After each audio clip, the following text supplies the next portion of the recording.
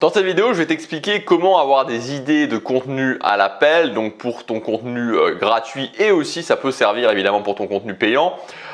Et que ce soit multiforme, c'est-à-dire qu'il faut bien comprendre que des idées de contenu dans tous les cas, tu peux t'en servir pour tes vidéos YouTube. Si tu as quelque chose d'alternatif comme du podcast, tu peux t'en servir. Si tu fais des posts Instagram ou du Facebook aussi, des posts Facebook, tu peux t'en servir. Si tu écris des mails, tu peux t'en servir. Donc c'est vraiment des idées globalement qui vont être multiformes et que tu vas pouvoir utiliser dans tout, même si tu fais des articles de blog évidemment aussi, dans tous les domaines, à partir du moment où tu crées quelque chose sur ton business en ligne. Donc c'est vraiment quelque chose de très important parce que c'est vrai que l'aspect idée est souvent quelque chose où on a des problèmes. Moi je me souviens en 2016 quand je me suis lancé justement début 2016 dans ce défi sur ma chaîne principale de développement personnel de faire une vidéo tous les jours pendant un an. J'avais noté à ce moment-là, je crois que si je dis pas de bêtises, j'avais 36 idées de vidéos. Je crois que j'avais 36 idées de vidéos que j'avais notées.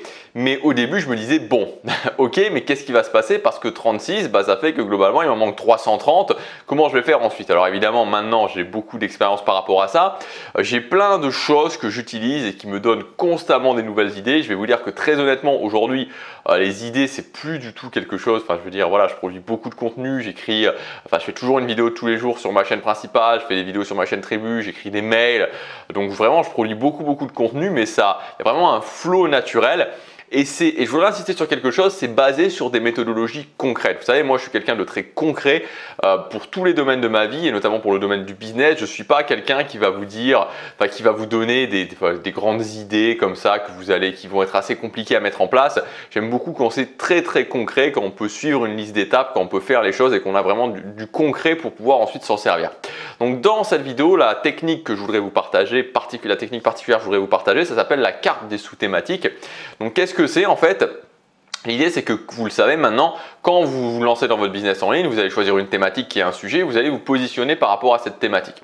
Donc par exemple, la séduction, ok, ma thématique ça va être la séduction, mon positionnement, comment trouver une copine en 90 jours. Voilà. Donc ça va être le positionnement que je vais utiliser sur ma chaîne YouTube. Sur cette chaîne Tribus, c'est par exemple, ok, donc le business en ligne de création de contenu, c'est la thématique, le positionnement, c'est comment vivre d'une petite audience. Ok, une fois que vous avez ça, vous avez votre positionnement, donc votre thématique avec votre positionnement. Donc on va prendre par exemple trouver une copine en 90 jours. Vous allez pouvoir définir différentes sous-thématiques. C'est-à-dire que vous allez par exemple commencer avec 8 à 10 sous-thématiques. Donc ça va être par exemple pour trouver une copine en 90 jours, comment gérer la peur de l'approche, quoi dire quand je vais, comment les premières phrases que je vais dire quand je vais parler à quelqu'un, comment tenir une conversation, comment être charismatique, comment faire un bon premier rendez-vous, comment prendre le numéro de téléphone. Bref, il va y avoir assez facilement une dizaine de sous-thématiques. La même chose pour la création de contenu, comment sortir des formations, comment avoir des idées de contenu, comment gagner ses premiers revenus, comment avoir des revenus récurrents, etc. Ok, donc pour votre thématique positionnée, vous allez avoir toute cette liste de sous-catégories. Et donc en fait, vous allez faire un tableau que vous pouvez même faire sous Word ou sous Excel. Moi, j'aime bien le faire à la main, mais après, ça dépend de chaque personne. Pour pouvoir en fait, donc vous avez ici vos sous-thématiques.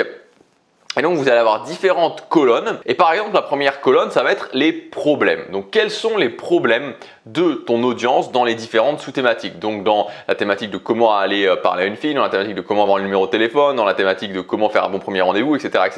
Quelles sont les problématiques? Donc ça c'est vraiment, moi j'aime bien utiliser cette expression l'or numérique, c'est la chose la plus importante, c'est de savoir apprendre à connaître ton audience, de savoir quelles sont concrètement leurs problématiques. Donc là tu vas faire des listes tout simplement de plusieurs problèmes. Donc donc la colonne problème et donc chaque sous-thématique, tu vas avoir différents problèmes que c'est le sujet d'autres vidéos, j'en ai déjà parlé, que tu peux trouver de différentes façons. Et ça va déjà parce que tous tes contenus doivent toujours partir d'un problème. Tous tes contenus doivent soit partir d'un problème, soit d'un désir qu'on ne peut pas atteindre à cause d'un problème. C'est toujours pareil, c'est-à-dire qu'on est toujours dans cette optique. En tant que créateur de contenu, on est des facilitateurs, on débroussaille le chemin, on fait que le chemin est plus simple pour arriver à un désir ou alors pour exploser un mur qui est un problème.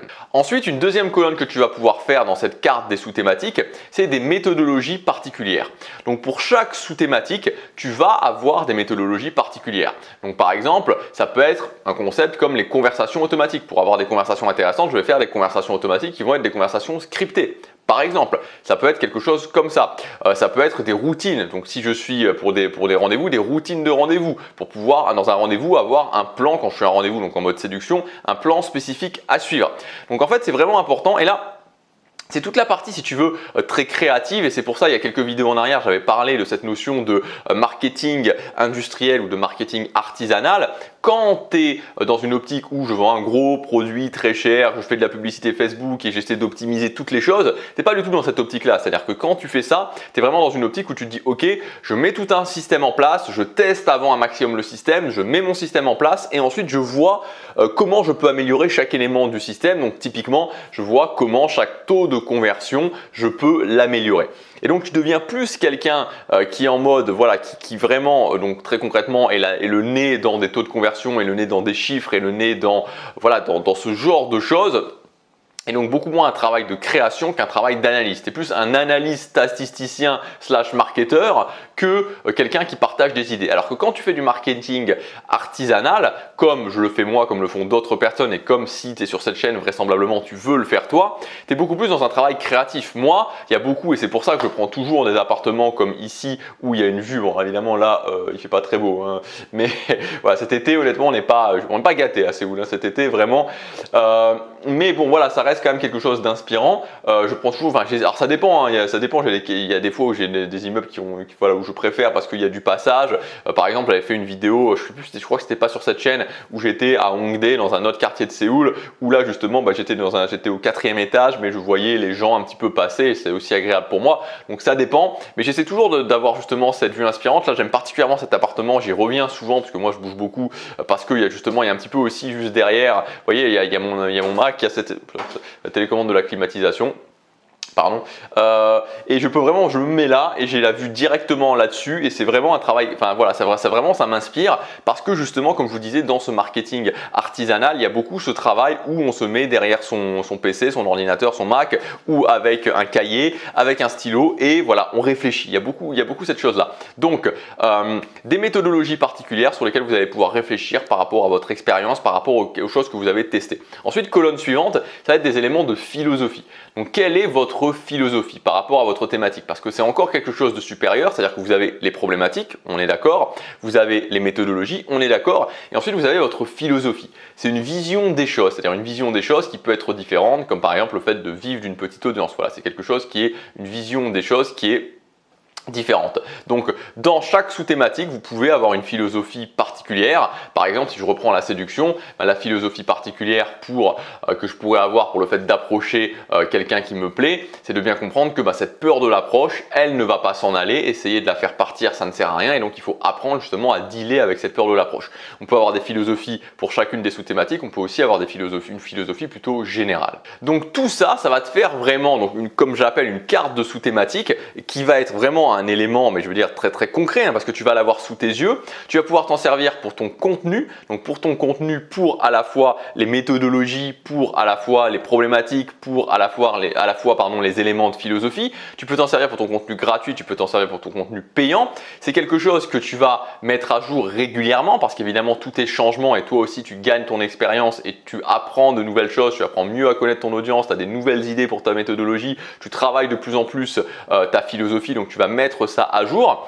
Et puis en plus, après, tu peux arriver à ce que j'appelle le concept des sous-thématiques parfaites. C'est-à-dire qu'au bout d'un moment, quand tu vas aussi sortir tes formations, tu vas comprendre quelles sont par rapport à ton audience, quelles sont les sous-thématiques qui font mouche et quelles sont les sous-thématiques qui plaisent vraiment à ton audience ou ton audience en tout cas a des problématiques par rapport à ça. Et donc tu vas pouvoir, au départ, tu vas avoir 8 sous-thématiques, puis 10.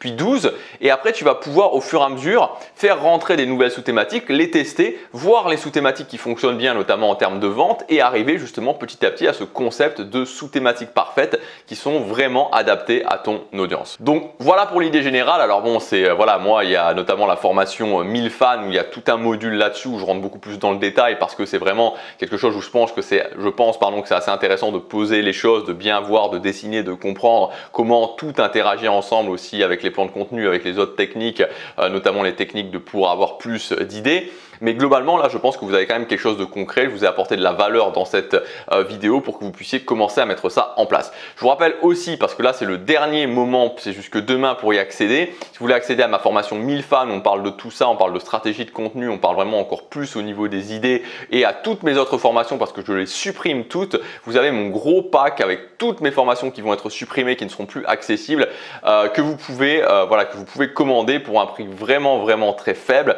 par rapport au prix classique de chacune de ces formations. Donc c'est le premier lien dans la description, vous cliquez, vous commandez le pack et voilà, c'est le moment ou jamais parce qu'ensuite demain c'est supprimé et ce sera définitivement supprimé. Je vous souhaite plein de succès avec votre business, je vous dis à bientôt pour la prochaine vidéo, salut.